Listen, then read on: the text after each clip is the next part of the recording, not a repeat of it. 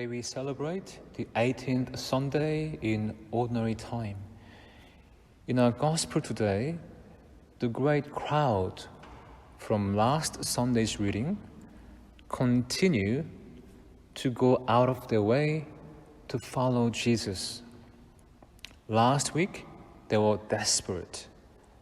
This week, they are hooked on Jesus. They are hooked because Jesus solved the problem of hunger for them by multiplying the loaves and fish. Imagine if there was a leader who solved the problem of the pandemic for the entire world. That leader would be guaranteed to win no matter what position of leadership he decided to run for. I guess that for the crowd in our gospel today, Jesus seemed like such a leader, an invincible leader. So they were ready to follow him and listen to him. They couldn't get enough of him. But then Jesus did something unexpected. He decided to take the crowd deeper, spiritually speaking. He decided to take them far deeper than what they thought they were ready for. He said to them, "Do not work for food that cannot last, but work for food that endures to eternal life." One time I asked a group of children who were preparing for confirmation this question: if you had to choose between the two, what would you choose? Would you rather be a talented person or a good person?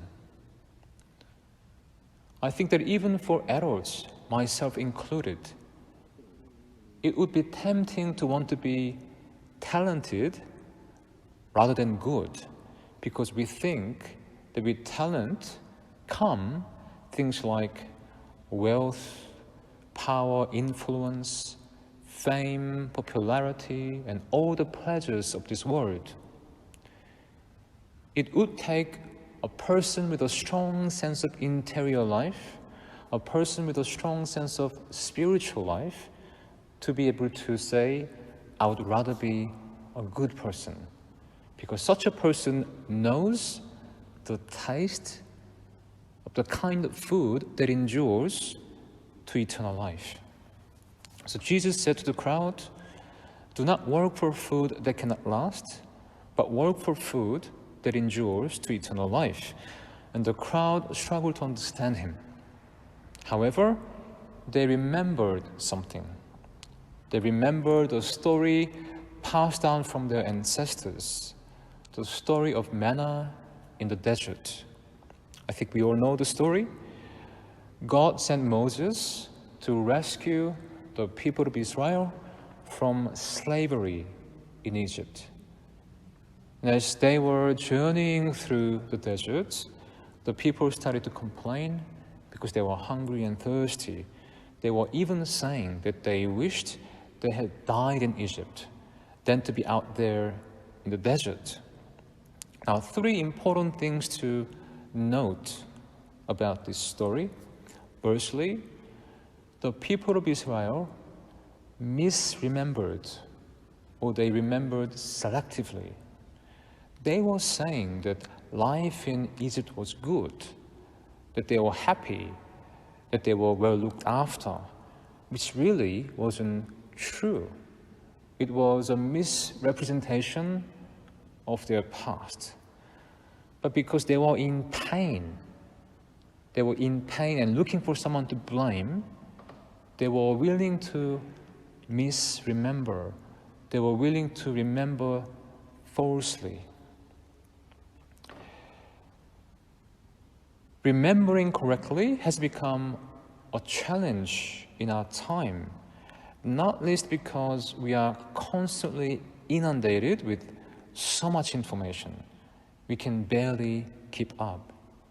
We can barely remember what happened last week, let alone what happened last year. But not being able to remember what is important is bad for our soul, it is bad for our mental health. We need to walk away from noise and distraction in order to enter into silence and remember. Remember what truly matters and remember correctly, so that our perspective on life may be corrected and perfected. The second thing to remember about the story of manna in the desert is that when the Lord provided for the people manna, they were told to gather each day a day's portion. A day's portion. Not too much, not too little, but just enough for that day. This was meant to be a test of their trust and obedience. When the first lockdown happened last year, many people were saying that the lockdown helped them slow down and to realize that they had been way too preoccupied with things which were not essential. But I imagine that as everything started to reopen, it was very easy for all of us to simply return to the same old life, to simply return to the life in Egypt, metaphorically speaking. In order for us to stay on the right course, we need the virtues of trust and obedience so that we may not be swayed by the popular culture that surrounds us. Simple acts of trust and obedience go a long way in improving our lives by bringing us lasting peace and lasting joy. The third point to remember about the story of manna in the desert is that every sixth day, the people were told to gather not a day's portion, but a day's portion times 2. This was so that on the seventh day, on the Sabbath day, they could rest. Stay home, not in order to watch Netflix, but in order to dedicate themselves to a day of prayer, a day of worship, a day of retreat. We all need rest. But the rest we need is not just the kind of rest that only allows us to simply return to the same old life.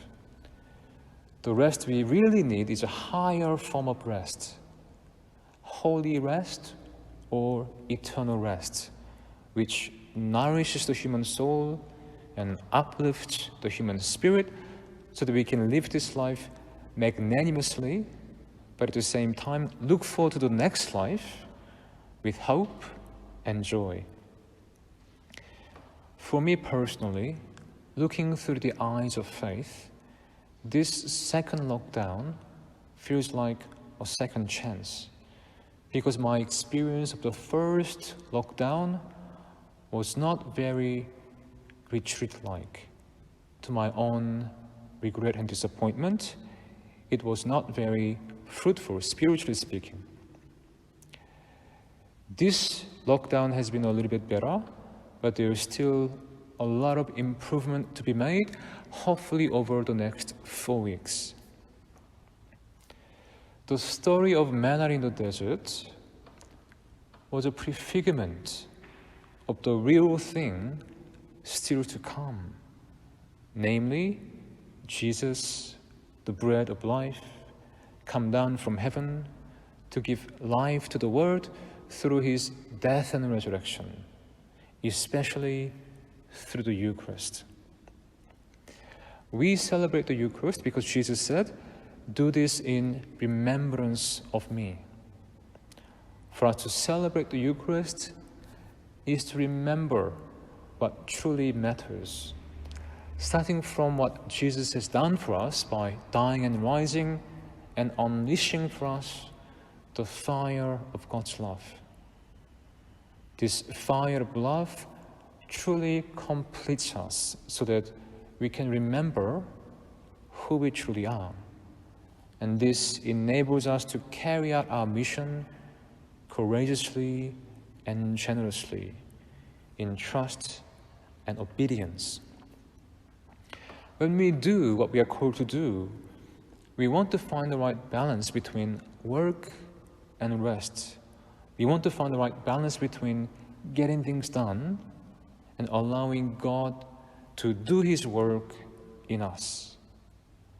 When we live this pattern of life, we begin to look forward to the most important day of the week. We begin to look forward to the day which is meant to be different from every other day.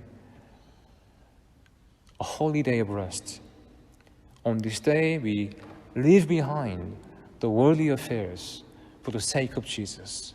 We leave everything behind for the sake of allowing our soul to open up to Jesus and discover what He wishes to do in us, the redemptive work that He wishes to do in us. For us to encounter Jesus is to taste heaven. And when we taste heaven, we come to know the meaning of never being hungry and never being thirsty. This is why Sunday is so important for Christians. This is why Sunday worship is the highest form of expressing what it means to be truly human. What it means to be truly human according to God's plan for us. So I wish all of you a holy Sunday and a fruitful and meaningful week. God bless you.